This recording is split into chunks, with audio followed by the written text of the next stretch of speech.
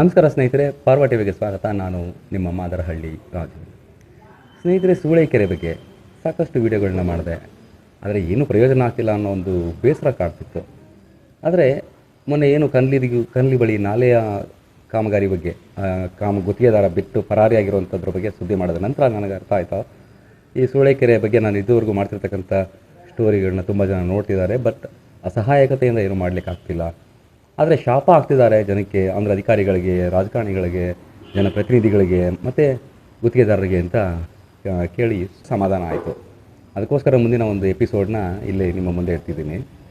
ಏನಂದರೆ, ಈಗ ಎರಡು ಕಡೆ ನಾಲೆಯ ಕಾಮಗಾರಿಗಳ ಬಗ್ಗೆ ಸಾಕ್ಷಾತ್ ಸ್ಥಳಕ್ಕೆ ಹೋಗಿ ವಿಡಿಯೋ ಮಾಡಿ ಅಲ್ಲೇ ನಿಮಗೆ ಮಾಹಿತಿಯನ್ನು ಕೊಟ್ಟಿದ್ದೆ, ಏರಿ ಕಾಮಗಾರಿ ಯಾವ ರೀತಿ ನಡೀತಿದೆ ಅಂತೇಳಿ. ಈಗ ಒಂದು ಕೆರೆಯ ಪ್ರಮುಖ ಏರಿ ಬಗ್ಗೆ ಒಂದು ವಿಡಿಯೋವನ್ನು ಈಗ ಮಾಡಿದ್ದೀನಿ. ಆ ಏರಿ ಕಾಮಗಾರಿ ಕೂಡ ಅಧ್ವಾನದಿಂದ ನಡೀತಾ ಇದೆ. ಅದಕ್ಕಿಂತ ಹೆಚ್ಚಾಗಿ ಹೇಳೋದೇನಪ್ಪ ಅಂತ ಅಂದರೆ, ಈಗ ಇಡೀ ದೇಶದಲ್ಲಿ ಬರ ಕಾಡುವ ಸಾಧ್ಯತೆ ಅಧಿಕವಾಗಿದೆ ಅಂತೇಳಿ ಕೇಂದ್ರ ಸರ್ಕಾರ ಘೋಷಣೆ ಮಾಡಿದೆ. ಇದರ ನಡುವೆ ಕೆಲವೊಂದು ಕಡೆ ಮಳೆರಾಯ ಹಾರ್ಪಡಿಸ್ತಿದ್ರೆ, ಬಹುತೇಕ ಕಡೆ ಮಳೆರಾಯ ಮುನ್ಸ್ಕೊಂಡಿದ್ದಾನೆ. ಕೆಲವೊಂದು ಕಡೆ ನೆರೆ, ಕೆಲವೊಂದು ಕಡೆ ಬರ ತಾಂಡವವಾಡ್ತಿದೆ. ಇಂಥ ಸಂದರ್ಭದಲ್ಲಿ ನೀರಿನ ಸದ್ಬಳಕೆ ತುಂಬ ಮುಖ್ಯ ಆಗಿದೆ. ಹನಿ ಹನಿ ನೀರು ಕೂಡ ಮುಖ್ಯ ಆಗಿದೆ. ಇದರ ನಡುವೆ ರಾಜ್ಯದ ಮುಖ್ಯಮಂತ್ರಿ, ಇದೇ ಪ್ರಪ್ರಥಮ ಬಾರಿಗೆ ಮೊದಲ ಮುಖ್ಯಮಂತ್ರಿ ಹೇಳಿರ್ತಕ್ಕಂಥದ್ದು ಏನಪ್ಪ ಅಂದರೆ, ಅಣೆಕಟ್ಟೆಗಳಲ್ಲಿ ನೀರಿಲ್ಲ, ಹಾಗಾಗಿ ರೈತರು ಬೆಳೆನ ಹಾಕಬೇಡಿ, ಯೋಚನೆ ಮಾಡಿ ತೀರ್ಮಾನ ತಗೊಳ್ಳಿ, ನಷ್ಟ ಅನುಭವಿಸ್ಬೇಡಿ ಅಂತ ಧೈರ್ಯದಿಂದ ಹೇಳಿದ್ದಾರೆ. ಈ ಧೈರ್ಯವಂತಿಕೆಯ ಮಾತನ್ನ BJP ನಾಯಕರು ಅದೇನೋ ಒಂದು ರೀತಿ ಕ್ಷುಲ್ಲಕವಾಗಿ ಮಾತನಾಡ್ತಿದ್ದಾರೆ. ನಾಚಿಕೆ ಆಗಬೇಕು, ಅದಾಗಬೇಕು, ಇದಾಗಬೇಕು ಅಂತ. ಅದರಲ್ಲೂ ಮಿಸ್ಟರ್ BY ವಿಜಯೇಂದ್ರ, BJP ರಾಜ್ಯಾಧ್ಯಕ್ಷರು, ಅವ್ರ ತಲೆಯಲ್ಲಿ ಅದೇನಿದೆಯೋ ಗೊತ್ತಿಲ್ಲ. ಬೆಳೆ ಹಾಕಿ ನಷ್ಟ ಅನುಭವಿಸಿದಂಥ ಸಂದರ್ಭದಲ್ಲಿ ಇವ್ರೇನು ಪರಿಹಾರ ತಂದು ಕೊಡ್ತಾರಾ? ಬೆಳೆ ಹಾಕಬೇಡಿ, ನೀರಿಲ್ಲ ಅಂತ ಹೇಳೋದು ಮೂರ್ಖತನ, ಮುಟ್ಟಾಳ್ತನ, ಅಥವಾ ಆ ರೀತಿ ಹೇಳದೆ ದೊಡ್ಡ ಅಪರಾಧ ಅನ್ನೋ ರೀತಿಯಲ್ಲಿ ಹುಚ್ಚಾಟ ಹಾಡೋ ರೀತಿ ಮಾತನಾಡೋದು ನಿಜಕ್ಕೂ ನಾಚಿಕೆ ಇಡೋ ಸಂಗತಿ. ಒಂದು ಕಡೆ ಮುಖ್ಯಮಂತ್ರಿಗಳು ಈ ರೀತಿ ಹೇಳ್ತಾರೆ, ಮತ್ತೊಂದು ಕಡೆ ಇರೋ ನೀರನ್ನು ಉಳಿಸ್ಕೊಳ್ಬೇಕಾದಂಥ ಜವಾಬ್ದಾರಿ, ಪ್ರಮುಖವಾದಂಥ ಜವಾಬ್ದಾರಿ ಸರ್ಕಾರದ ಮೇಲಿದೆ. ಇದರ ನಡುವೆ ಮಂಡ್ಯ ಜಿಲ್ಲೆಯ ಅತಿ ದೊಡ್ಡ ಕೆರೆ, ಕರ್ನಾಟಕ ರಾಜ್ಯದ ಅತಿ ದೊಡ್ಡ ಕೆರೆಗಳಲ್ಲಿ ಒಂದಾದಂತಹ ಸೂಳೆಕೆರೆಯ ಆಧುನೀಕರಣ ನಡೀತಾ ಇದೆ. 34 ಕೋಟಿ ರೂಪಾಯಿ ವೆಚ್ಚದಲ್ಲಿ ಕಾಮಗಾರಿ ನಡೀತಾ ಇದೆ. ಪ್ರಮುಖವಾಗಿ ಹೂಳೆತ್ತಬೇಕಿತ್ತು, ಹೂಳೆತ್ತಿಲ್ಲ ಅನ್ನೋದನ್ನು ಪದೇ ಪದೇ ಹೇಳಿದ್ರೆ ನಿಮಗೂ ಬೇಸರ ಆಗುತ್ತೆ. ಹೂಳೆತ್ತುವಂಥ ಕೆಲಸ ಆಗೇ ಇಲ್ಲ. ಅದನ್ನು ಈ ವಿಡಿಯೋದಲ್ಲೇ ಮುಂದೆ ನೀವು ನೋಡ್ತಾ ಹೋಗ್ತೀರಿ. ಈಗ ಕಳೆದ ಬಾರಿ ಜೋರಿಗೆ, ಅಂದರೆ ಒಂದು ತಿಂಗಳಿಂದ ಜೋರು ಮಳೆ ಆದ ಪರಿಣಾಮ ಕೆರೆ ಶೇಕಡ 40ರಿಂದ 50ರಷ್ಟು ಭರ್ತಿ ಆಗಿತ್ತು. ಆ ಕಾಮಗಾರಿ ಅರ್ಧ ಆಗಿತ್ತು. ಕಾಮಗಾರಿ ಮುಂದುವರಿಸಲಿಕ್ಕೋಸ್ಕರ ಇದ್ದಂಥ ನೀರನ್ನು ಹೊರಗಡೆ ಬಿಟ್ಟರು. ಬರುತ್ತೆ ಅಂತ ಮುನ್ಸೂಚನೆ ಸಿಕ್ಕ ನಂತರ ಕೂಡ ಈ ಅಧಿಕಾರಿಗಳು, ಗುತ್ತಿಗೆದಾರರು ಮತ್ತು ಜನಪ್ರತಿನಿಧಿಗಳು ತಲೆಯಲ್ಲಿ ಲದ್ದಿ ತುಂಬಿಕೊಂಡಿದ್ದಾರೋ ಏನೋ ಗೊತ್ತಿಲ್ಲ, ಕೆರೆ ನೀರನ್ನು ಆಚೆಗೆ ಬಿಟ್ಟರು, ಹೋಯಿತು. ಆ ನಂತರದಲ್ಲಿ ಕನ್ನಂಬಾಡಿ ಕಟ್ಟಿಗೆ ನೀರಿನ ಪ್ರಮಾಣ ಸದ್ಯ ಇವತ್ತಿನ ಬೆಳಿಗ್ಗೆ ಅಂಕಿಅಂಶಗಳ ಪ್ರಕಾರ 80.90 ಅಡಿ ಇದೆ. ಯಾವುದೇ ಕಾರಣಕ್ಕೂ ಬೆಳೆಗಳಿಗೆ ನೀರು ಕೊಡೋಕ್ಕಾಗೋದಿಲ್ಲ ಅಂತೇಳಿ ಸರ್ಕಾರ ಘೋಷಣೆ ಮಾಡಿದೆ. ನೀರನ್ನು ಕೊಡೋದೇ ಆದರೆ ಕುಡಿಯೋ ನೀರಿಗೆ ತುಂಬ ತೊಂದರೆ ಆಗುತ್ತೆ. ಯಾಕೆಂದರೆ ಅಲ್ಲಿ ಬಳಕೆಗೆ ಸಿಗ್ತಕ್ಕಂಥದ್ದು 2.700 ಸಮಥಿಂಗ್ TMC ಮಾತ್ರ. ಇಂತಿರ್ತಕ್ಕಂಥ ಸಂದರ್ಭದಲ್ಲಿ ಅಲ್ಪ ಸ್ವಲ್ಪ ಆಗ್ತಿರೋ ಮಳೆನ ಸಂಗ್ರಹಿಸಿಟ್ಕೊಂಡು ಅಟ್ಲೀಸ್ಟ್ ಅಂತರ್ಜಲ ವೃದ್ಧಿಗೆ, ಬೋರ್ವೆಲ್ಗಳ ನೀರನ್ನು ವೃದ್ಧಿ ಮಾಡಲಿಕ್ಕೋಸ್ಕರ ಪ್ರಯತ್ನ ಮಾಡಬೇಕಾದಂಥ ಜವಾಬ್ದಾರಿ ಈ ಸರ್ಕಾರದ ಪ್ರತಿನಿಧಿಗಳು, ಅಧಿಕಾರಿಗಳು, ನೀರಾವರಿ ಇಲಾಖೆ ಅಧಿಕಾರಿಗಳ ಮೇಲಿರುತ್ತೆ. ಆದರೆ ಈ ಕಾವೇರಿ ನೀರಾವರಿ ನಿಗಮದ ಇಲಾಖೆಯ ಅಧಿಕಾರಿಗಳು ತಲೆಯಲ್ಲಿ ಅದೇನಿದೆ ಅಂತ ಗೊತ್ತಿಲ್ಲ. ಒಂದು ಕಡೆ ಮುಖ್ಯಮಂತ್ರಿಗಳು ನೀರಿನ ಬಗ್ಗೆ ಮಾತನಾಡ್ತಿದ್ದಾರೆ, ನೀರಿಲ್ಲ, ಸಮಸ್ಯೆ ಆಗ್ತಿದೆ ಅಂತೇಳಿ. ಇಲ್ಲಿ ಬರ್ತಿರೋ ಅಲ್ಪ ಸ್ವಲ್ಪ ನೀರನ್ನು ಕೂಡ ಸೂಳೆಕೆರೆಯಿಂದ ಬಸಿಯುವಂಥ ಕೆಲಸ ಮಾಡ್ತಿದ್ದಾರೆ. ಯಾವ ರೀತಿ ಅಂತಂದರೆ, ಹಿಂದೆ ನೀರು ಏನು ಕಾಮಗಾರಿ ನಡೀತಿತ್ತು, ಈ ಮಳೆಗಾಲ ಆರಂಭ ಆಗೋಕ್ಕೂ ಮುನ್ನ ಕಾಮಗಾರಿ ನಡೀತಾ ಇತ್ತು. ಆ ಸಂದರ್ಭದಲ್ಲಿ ಬರ್ತಕ್ಕಂಥ ನೀರನ್ನ, ಅಂದರೆ ನಾಲೆನಲ್ಲಿ ಬರ್ತಕ್ಕಂಥ ನೀರನ್ನು ಸಂಗ್ರಹ ಆದರೆ ಕಾಮಗಾರಿ ಮಾಡಲಿಕ್ಕೆ ತೊಂದರೆ ಆಗುತ್ತೆ ಅನ್ನೋ ಕಾರಣದಿಂದ ನಾಲೆಯ ಕೋಡಿಗಳು ಬರುತ್ತೆ, ಆ ಕೋಡಿಗಳಿಂದ ಬಿದ್ದು ಹೋಗುವಂಥ ನೀರನ್ನು ಹೊರಗಡೆ ಹಾಕಲಿಕ್ಕೋಸ್ಕರ ಒಂದಷ್ಟು ಹೊಂಡಗಳನ್ನ ಏಕ ಮಾಡಿದರು, ನಾಲೆಯ ರೂಪದಲ್ಲಿ ಸಣ್ಣ ಒಂದು ಕಾಲುವೆನ. ಈಗ ಆ ಕಾಲುವೆಗಳನ್ನ ನಿಲ್ಲಿಸಿ, ಅಂದರೆ ನೀರು ಆಚೆಗೆ ಹೋಗ್ದಂತ ತಡೆಯುವಂಥ ಒಂದು ಪ್ರಯತ್ನನ ಇದುವರೆಗೂ ಮಾಡಿಲ್ಲ. ಬಂದಂಥ ನೀರು ನೇರವಾಗಿ ಆಚೆಗೆ ಹೋಗ್ತಿದೆ. ನಾಲೆಯ ಏನು ಸೂಳೆಕೆರೆ ಏರಿ ಏನಿದೆ, ನೀರು ಸೂಳೆಕೆರೆಯನ್ನು ನಂಬ್ಕೊಂಡಂಥ ಜಮೀನುಗಳೇನಿದೆ ಅದರಲ್ಲಿ ಈಗ ಆಲ್ರೆಡಿ ಸಾಕಷ್ಟು ಬೆಳೆ ಬೆಳೆದು ನಿಂತಿದೆ. ಕಬ್ಬು, ರಾಗಿ, ಭತ್ತ ಇದರಲ್ಲಿ ಭತ್ತ ಮತ್ತು ರಾಗಿ ಕೊಯ್ಲು ಮುಗಿದಿದ್ರು ಕಬ್ಬಿನ ಪ್ರಮಾಣ ಹೆಚ್ಚಾಗಿದೆ. ಆ ಕಬ್ಬಿಗೆ ಈಗ ನೀರು ಅನಿವಾರ್ಯ ಆಗಿದೆ. ಅವರೆಲ್ಲರೂ ಕೂಡ ಏನು ಸೂಳೆಕೆರೆ ಅಚ್ಚುಕಟ್ಟು ಪ್ರದೇಶದ ರೈತರಿಗೆ ಜೀವನಾಡಿಯಾಗಿದ್ದಂಥದ್ದೇ ಸೂಳೆಕೆರೆ. ಆದರೆ ಈಗ ಸೂಳೆಕೆರೆನ ಬರದು ಮಾಡಿದ್ದಲ್ಲದೆ ಈಗಲೂ ಕೂಡ ಬರ್ತಿರ್ತಕ್ಕಂಥ ನೀರನ್ನ ಹನಿ ನೀರನ್ನು ಉಳಿಸುವಂಥ ಪ್ರಯತ್ನ ಮಾಡಿದೆ ಹೊರಗಡೆ ಬಿಟ್ಟಿರೋದು ಯಾಕೆ ಅನ್ನೋದೇ ದೊಡ್ಡ ಯಕ್ಷ ಪ್ರಶ್ನೆ ಆಗಿದೆ. ನಾವು ಶಶಿಧರ್ ಅಂತ, ಇಲ್ಲಿ ಅಂಬ್ರೋಳಿಯವರು. ಇಲ್ಲಿ ಕೆರೆ ಕೆಳಗೆ ನಮ್ಮದು ಸುಮಾರು ಒಂದು 3 ಎಕರೆ 4 ಎಕರೆ ಜಮೀನಿದೆ. ಈಗ ರೀಸೆಂಟಾಗಿ ಒಂದೂವರೆ ತಿಂಗಳಿಂದ ಮಳೆ ಹೋದಾಗ ಕೆರೆ ಮುಕ್ಕಾಲು ಭಾಗ ತುಂಬಿತ್ತು. ಇವಾಗ ಏನು ಮಾಡಿ ಎಲ್ಲ ಬಂದು ನೀರನ್ನು ಖಾಲಿ ಮಾಡಿದ್ದಾರೆ. ಈಗ ಸುತ್ತ ಎಲ್ಲಿ ನೋಡ್ಕೊ ಬಂದ್ರೂ ಈಗ ಎಲ್ಲೂ ಕಾಮಗಾರಿ ನಡೀತಾ ಇಲ್ಲ. ಏರಿ ಕೆಲಸ ಎಲ್ಲೂ ನಡೀತಾ ಇರೋದೇ ಹೊರಗಡೆ ಸೈಡ್ ಕೆಲಸ. ಈಗ ಯಾವ ಉದ್ದೇಶಕ್ಕೆ ನೀರು ಖಾಲಿ ಮಾಡಿದ್ದಾರೆ ಅನ್ನೋದು ಒಂದು ಯಕ್ಷ ಪ್ರಶ್ನೆಯಾಗಿ ಕಾಣ್ತಾ ಇದೆ. ಇದು ಏನು ಖಾಲಿ ಮಾಡಿದ್ರು, ಅದರ ಅವಶ್ಯಕತೆ ಏನಿತ್ತು? ಈಗ ಬೇರೆಯವ್ರಿಗೆ ಮಣ್ಣು ಹೊಡಿಯೋಕ್ಕೆ ಅವಕಾಶ ಮಾಡಿಕೊಡೋಕ್ಕೋಸ್ಕರ ಏನಾರು ಖಾಲಿ ಮಾಡಿದ್ದಾರೆ. ಈಗ ನೆಕ್ಸ್ಟ್ ಈಗ ಜೂನ್ ಆರಂಭ ಜುಲೈಗೆ ಈಗ ನಾವು ಅಗೆ ಪಾತಿ ಅಂದರೆ ಒಟ್ಲು ಪಾತಿಗೆ ಎಷ್ಟು ಬೆಳಗ್ಗೆ ನಾವು ಮಾಡಬೇಕು, ರೆಡಿ ಮಾಡ್ಕೋಬೇಕು. ಈ ಕೆರೆಯಲ್ಲಿ ನೀರಿಲ್ಲ ಅಂದರೆ ಏನು ಮಾಡೋದು? ಈಗ ನೋಡಿದ್ರೆ ಮಳೆ ಇಲ್ಲ, ಈ ಬರ ಇರೋ ಪರಿಸ್ಥಿತಿ. ಈಗ ಅಂಥದ್ರಲ್ಲಿ ಇವರು ನೀರ ಖಾಲಿ ಮಾಡೋದ್ರಿಂದ ಇವರು ಉದ್ದೇಶ ಏನಿದೆ ಅಂತ ನಮ್ಗೆ ಅರ್ಥ ಆಗ್ತಾಯಿಲ್ಲ. ಈಗ ರೈತರಿಗೆ ತೊಂದರೆ ಕೊಡಬೇಕು ಅಂತಲೇ ಕಾಮಗಾರಿ ಮಾಡ್ತಾಯಿದ್ದಾರೆ, ಇಲ್ಲ ರೈತರಿಗೆ ಅನುಕೂಲ ಮಾಡಬೇಕು ಅಂತ ಮಾಡ್ತಾಯಿದ್ದಾರೆ ಅಂತೂ ಒಂದು ಅರ್ಥ ಆಯ್ತಾಯಿಲ್ಲ. ಈಗ ಗುತ್ತಿಗೆದಾರವ್ರಿಗೆ ಅವ್ರು ಯಾವಾಗಾರ ಮಾಡಲಿ, ಎಷ್ಟು ದಿನನಾರು ತಗೊಳ್ಳಿ, ಅವ್ರಿಗೆ ಅನುಕೂಲ ಮಾಡಿಕೊಡ್ತಾ ಇದ್ದಾರೆ. ಈಗ ಎಷ್ಟು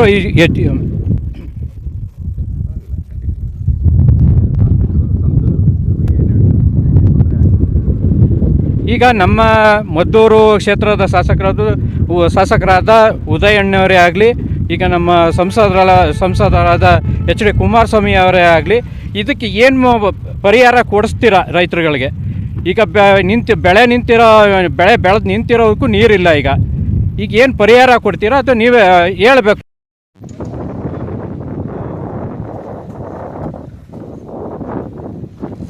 ಸ್ನೇಹಿತರೆ, ಈಗ ಶಶಿಯವರು ಮಾತನಾಡಿದ್ರು ನೀರಿನ ಸಮಸ್ಯೆ ಮತ್ತು ನೀರಿನ ಬಿಟ್ಟ ಉದ್ದೇಶ ಏನು ಅಂತ. ಈಗ ಸದ್ಯಕ್ಕಿರೋ ಮಾಹಿತಿ ಪ್ರಕಾರ ಇವರು ಮೋಸ್ಟ್ಲಿ ನೀರನ್ನ ಖಾಲಿ ಮಾಡಿರ್ತಕ್ಕಂಥದ್ದು ಈ ಮಣ್ಣು ದಂಧೆ ಮುಂದುವರಿಸಲಿಕ್ಕೆ ಅಂತ ಒಂದು ಅನುಮಾನ ಈ ವ್ಯಾಪ್ತಿಯ ರೈತರನ್ನ ಕಾಡ್ತಿದೆ. ಯಾಕೆಂದರೆ ಇನ್ನೂ ಕಾಮಗಾರಿ ಆರಂಭ ಆಗಿಲ್ಲ, ಆಗೋ ಸಾಧ್ಯತೆಗಳು ಕೂಡ ಕಷ್ಟ. ಹೂಳು ತೆಗಿಕ್ಕಂತೂ ಸಾಧ್ಯನೇ ಇಲ್ಲ. ಯಾಕೆಂದರೆ ಗಮನಿಸ್ತಾ ಇದ್ದೀರಿ, ಎಲ್ಲ ಗುಂಡಿಗಳಲ್ಲೂ ನೀರು ನಿಂತಿದೆ. ಈ ನೀರಿನ ನಡುವೆ ಹೂಳು ತೆಗಿಯೋಕ್ಕೆ ಸಾಧ್ಯನೇ ಇಲ್ಲ. ಅಂಥ ಇತ್ತಂದ್ರೂ ಕೆರೆ ಒಳಗಡೆಗೆ ಯಾವುದೇ ವೆಹಿಕಲ್ಗಳನ್ನ ಹಿಡಿಸ್ಲಿಕ್ಕೆ ಆಗೋದಿಲ್ಲ. ಇನ್ನು ಈ ದಿಂಡುಗಳನ್ನ ಕಟ್ಟಿದ್ದಾರೆ. ಇದಕ್ಕೆ ನೋಡಿ, ಸಿಮೆಂಟನ್ನು ಯಾವ ರೀತಿ ಬಳಸಿದ್ದಾರೆ. ಇದು ಸಿಮೆಂಟೇ ಬಳಸಿದಾರಾ ಅಥವಾ ಬರೀ ಡಸ್ಟಲ್ಲೇ ಕಟ್ಟಿದ್ದಾರೆ ಅನ್ನೋ ಅನುಮಾನ ಕೂಡ ಕಾಡ್ತಿದೆ. ಇದು ಆಲ್ರೆಡಿ ಕಿತ್ತು ಬರ್ತಿದೆ ಸಿಮೆಂಟು.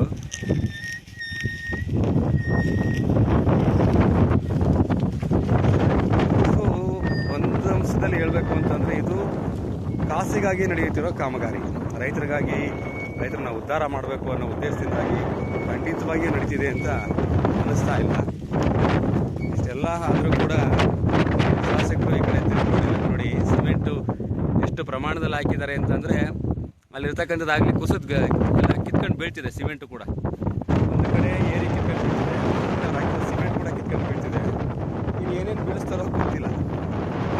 ನೋಡಿ,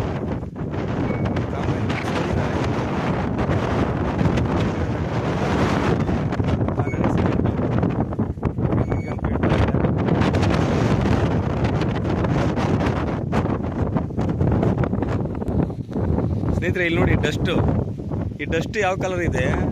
ಇಲ್ಲಿ ದಿಂಡುಗಳು ಕಟ್ಟಿರ್ತಕ್ಕಂಥ ಸಿಮೆಂಟ್ ನೋಡಿ ಎಷ್ಟು ಪ್ರಮಾಣದಲ್ಲಿ ಸಿಮೆಂಟ್ ಹಾಕಿದ್ರೆ ಇದೆ ಸಾಕ್ಷಿ ಆಗುತ್ತೆ. ಸಾಮಾನ್ಯ ಇದು ನೋಡಿ, ಮುಖ್ಯವಾದಂಥ ಏರಿ ಇದು ಕೂಡ ಏನು ಇದಾಗಿಲ್ಲ, ಇದು ಕುಸಿತಾ ಇದೆ. ಮೊದಲಿದ್ದಂಥ ಏರಿ ತುಂಬ ಚೆನ್ನಾಗಿತ್ತು. ಆ ಏರಿಗೆ ಇವರು ಹೊಸದಾಗಿ ಹಾಕ್ದಂಥ ಮಣ್ಣು ಈಗ ಆಲ್ರೆಡಿ ಕುಸಿದು ಇಲ್ಲೂ ಕೂಡ ಅದೇ ಸಮಸ್ಯೆ. ಏನು ನಾವು ಹಿಂದೆ ತೋರಿಸಿದ್ವಲ್ಲ 2 ಏರಿಗಳು, ಅದಕ್ಕಿಂತ ಇದು ಭಿನ್ನವಾಗಿ ಏನಿಲ್ಲ. ಸದ್ಯ ಅದೃಷ್ಟ ಏನಪ್ಪ ಅಂತ ಅಂದರೆ ಅಲ್ಲಿ ಮೊದಲಿದ್ದಂಥ ಏರಿ ಚೆನ್ನಾಗಿರೋದ್ರಿಂದ ಇಲ್ಲೇನು ಸಮಸ್ಯೆ ಇನ್ನೂ ಕಾಣಿಸ್ತಿಲ್ಲ. ನೋಡಿ, ಇದು ಕುಸಿತಾ ಇದೆ.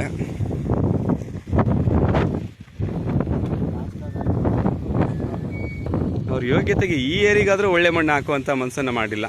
ಇಲ್ಲಿಗೂ ಕೂಡ ಗೋಡು ಮಿಶ್ರಿತ ಮಣ್ಣನ್ನೇ ಹಾಕಿದ್ದಾರೆ ಅಂತ ಅನ್ನಿಸ್ತಿದೆ. ನೋಡಿ, ಆಲ್ರೆಡಿ ಕೊರ್ಕೊಂಡು ಹೋಗಿರೋಂಥದ್ದು.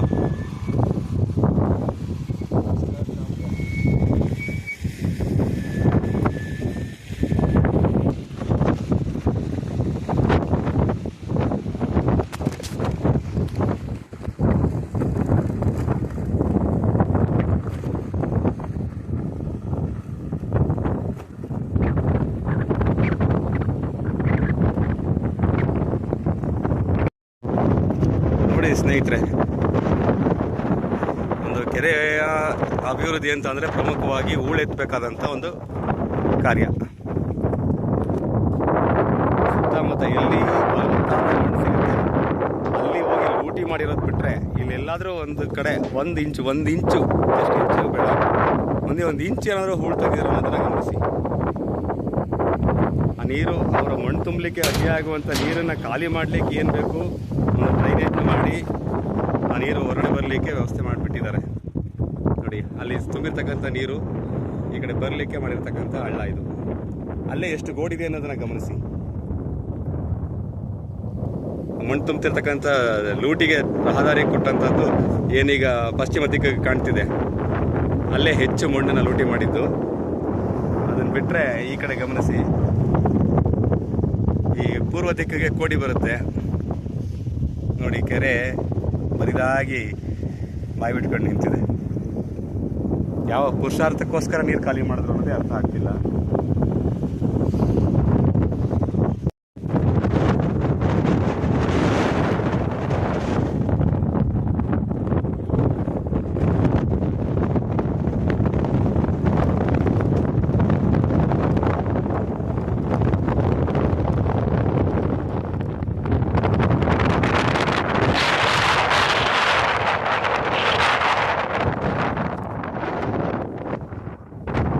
ನೋಡಿ ಈ ಕಾಮಗಾರಿಯ ತಾಕತ್ತು ಹೆಂಗಿದೆ ಅಂತ.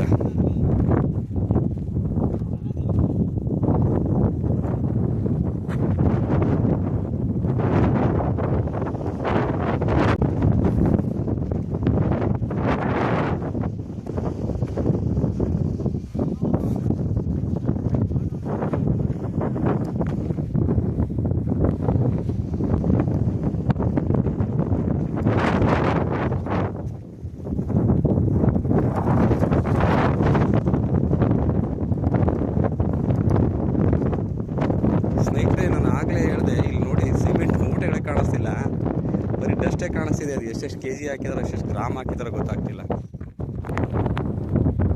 ಅಂದರೆ ಏರಿ ಮೇಲೆ ಕಾಮಗಾರಿ ನಡೀತಿದೆ, ಇಲ್ಲ ಅಟ್ಲೀಸ್ಟ್ ಒಂದು ಇಲ್ಲಿ ಸಿಮೆಂಟ್ ಮೂಟೆ ಇದೆ,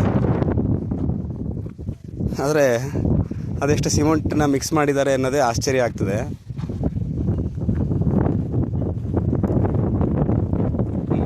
ನೋಡಿ ಕಾಮಗಾರಿ ಯಾವ ರೀತಿ ನಡೀತಾ ಇದೆ, ಎಷ್ಟು ಸಿಮೆಂಟನ್ನು ಮಿಕ್ಸ್ ಮಾಡಿದ್ದಾರೆ ಅನ್ನೋದು ಇಲ್ಲೇ ಗಮನಿಸಿ ಕಾಣುತ್ತೆ.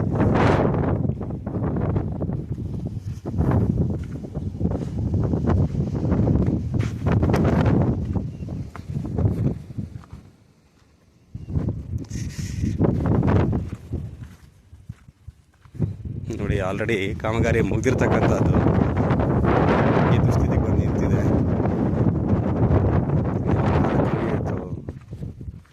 ಏನಾಗುತ್ತೋ ಗೊತ್ತಿಲ್ಲ. ಅಟ್ಲೀಸ್ಟ್ ಇವ್ರ ಯೋಗ್ಯತೆಗೆ ಈ ನೀರನ್ನು ಉಳಿಸ್ಕೊಂಡು ಈ ಕಾಮಗಾರಿಗಳನ್ನ ಮುಗಿಸಿ ನಂತರದಲ್ಲಿ ಕೆಲಸ ಮಾಡ್ಬೋದಿತ್ತು. ರೈತರಿಗೊಂದು ಬೆಳೆನಾರು ಕೈ ಸಿಕ್ತಿತ್ತು. ತಲೆ ಬುಡ ಇಲ್ದಿರೋರಿಗೆ ಅಧಿಕಾರ ಕೊಟ್ಟರೆ ಆಗದು ಏನಾಗತ್ತೆ ಅನ್ನೋದಕ್ಕೆ ಇದು ಸಾಕ್ಷಿ.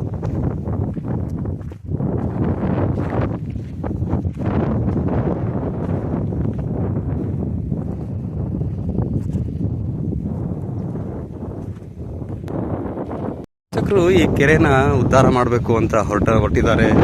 ಒಂದು ಪ್ರವಾಸಿ ತಾಣವನ್ನಾಗಿ ರೂಪಿಸಲಿಕ್ಕೆ ಎಲ್ಲ ರೀತಿಯ ಸಿದ್ಧತೆ ಮಾಡ್ಕೊಂಡಿದ್ದಾರೆ. ಅದಕ್ಕೋಸ್ಕರ ಸಾಕಷ್ಟು ಶ್ರಮ ಹಾಕ್ತಿದ್ದಾರೆ ಅಂತೇಳಿ ಜನರು ಅಂದ್ಕೊಂಡಿದ್ರು. ನಾವು ಅದೇ ರೀತಿಯಲ್ಲಿ ಒಂದಷ್ಟು ನಂಬಿಕೆನ ಇಟ್ಟು ಸ್ಟಾರ್ಟಿಂಗ್ ವರದಿಯನ್ನು ಕೂಡ ಮಾಡಿದ್ವಿ. ಆದರೆ ಶಾಸಕರ ಕನ್ಸರ್ನು ಯಾವುದಕ್ಕೆ ಅನ್ನೋದು ಈಗ ಅರ್ಥ ಆಗ್ತದೆ.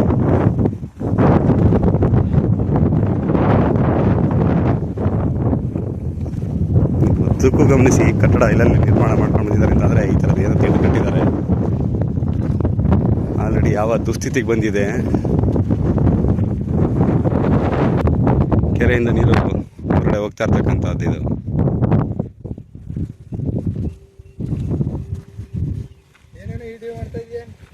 ಮಾಮೂಲಿ ಸರ್, ಒಂದು ನ್ಯೂಸ್ ಮಾಡೋಕ್ಕೆ, ನ್ಯೂಸ್ ಮಾಡೋದಕ್ಕೆ.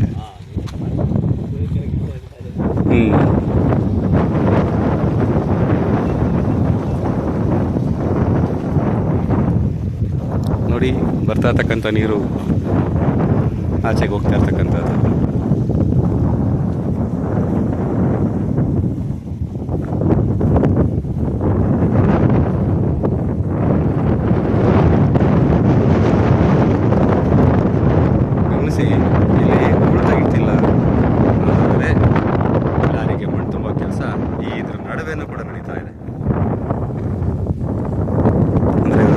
ಕಾನ್ಸೆಪ್ಟ್ ಏನು, ಕಾಮಗಾರಿ ಉದ್ದೇಶ ಏನು ಅನ್ನೋದಕ್ಕೆ ಇದೇ ಸಾಕ್ಷಿ.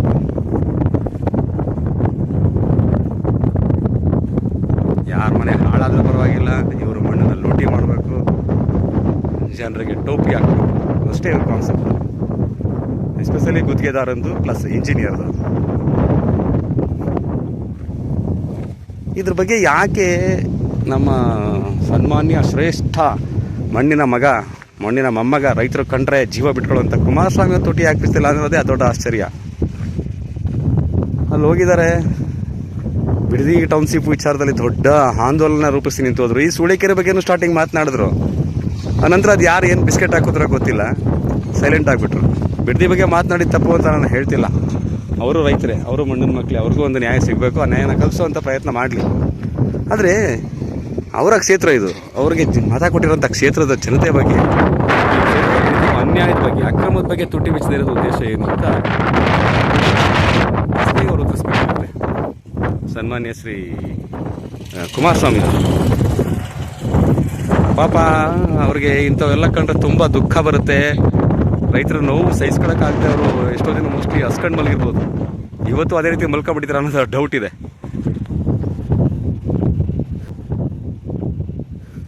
ನೋಡಿ, ಈ ಕೆರೆಯ ಒಂದು ಹಿನ್ನೆಲೆ ಬಗ್ಗೆ ಒಂದಷ್ಟು ಸಣ್ಣ ಮಾಹಿತಿ ಇಲ್ಲಿದೆ.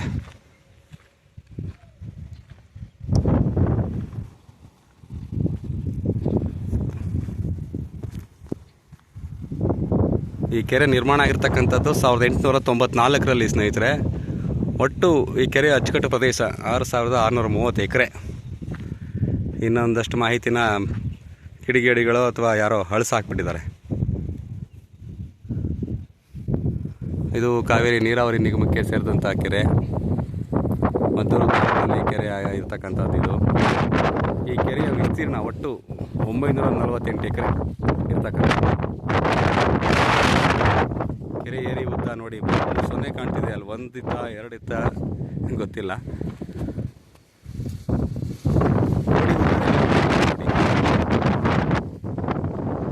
ಇನ್ನಿಲ್ಲಿ ಸುಮಾರು ನಾಲೆಗಳು ಬರುತ್ತೆ. ಒಂದು ದಕ್ಷಿಣ ನಾಲೆ ಬರುತ್ತೆ, ಇನ್ನು ಉಳಿದದ್ದೆಲ್ಲ ಇಲ್ಲಿ ಸರಿಯಾಗಿ ಕಾಣಿಸ್ತಿಲ್ಲ, ಪೇಂಟ್ ಹೋಗಿದೆ.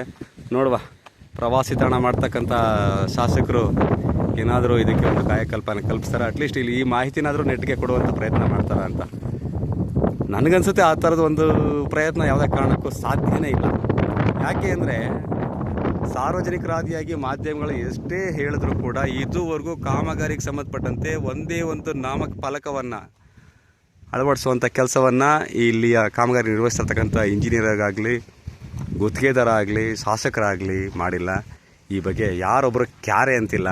ಅಂದರೆ ಎಲ್ಲರೂ ಕೂಡ ಇಲ್ಲಿ ಬಿಸ್ಕೆಟ್ ತಿಂತಿದ್ದಾರೆ ಅನ್ನೋದಕ್ಕೆ ಇದೇ ದೊಡ್ಡ ಸಾಕ್ಷಿ. ಇದ್ರ ಬಗ್ಗೆ ಪ್ರಶ್ನೆ ಮಾಡೋದಕ್ಕೆ ಜನರು ಕೂಡ, ಅಂದರೆ ಇದರಿಂದ ಇರೋ ಫಲಾನುಭವಿಗಳು ಅಥವಾ ಇದರಿಂದ ತೊಂದರೆ ಅನುಭವಿಸುವಂಥವ್ರು ಯಾರೊಬ್ಬರು ಕೂಡ ಇಲ್ಲದೆ ಇರತಕ್ಕಂಥದ್ದು ದೊಡ್ಡ ಘೋರ ದುರಂತ. ಈ ಮೋಸ್ಟ್ಲಿ ಈ ಪರಿಸ್ಥಿತಿಯನ್ನು ಏನಾದರೂ ಈ ಕೆರೆಯನ್ನು ಕಟ್ಟಿಸಿದಂಥ ತಾಯಿ, ಅದು ಯಾಕೆ ಸೂಳೆಕೆರೆ ಅಂತ ಹೆಸರು ಅಂತ ಗೊತ್ತಿಲ್ಲ, ಆಕೆ ಏನಾದರೂ ಇದನ್ನು ಕಂಡಿದ್ದಿದ್ರೆ ಒಂದು ಕೆರೆಯ ಏರಿನ ತಾನೇ ನಾಶ ಮಾಡಿಬಿಡ್ತಿದ್ಲು, ಅಥವಾ ಈ ಕೆರೆಗೆ ಬಿದ್ದು ಆತ್ಮಹತ್ಯೆ ಮಾಡ್ಕೊಂಡ್ಬಿಡ್ತಿದ್ಲು. ಇಂಥ ದುಷ್ಟ ಸಮೂಹಕ್ಕೋಸ್ಕರ ನಾನು ಇಂಥ ಕೆಲಸ ಮಾಡುತ್ತ, ಇಂಥ ದುಷ್ಟ ಜನಗಳು ಈ ರೀತಿ ಕಿತ್ತು ತಿಂತಿದ್ದಾರೆ ಈ ಕೆರೆನ ಅಂತ ನಿಜಕ್ಕೂ ಆತ್ಮಹತ್ಯೆ ಮಾಡ್ಕೊಬಿಡ್ತಿದ್ಲು.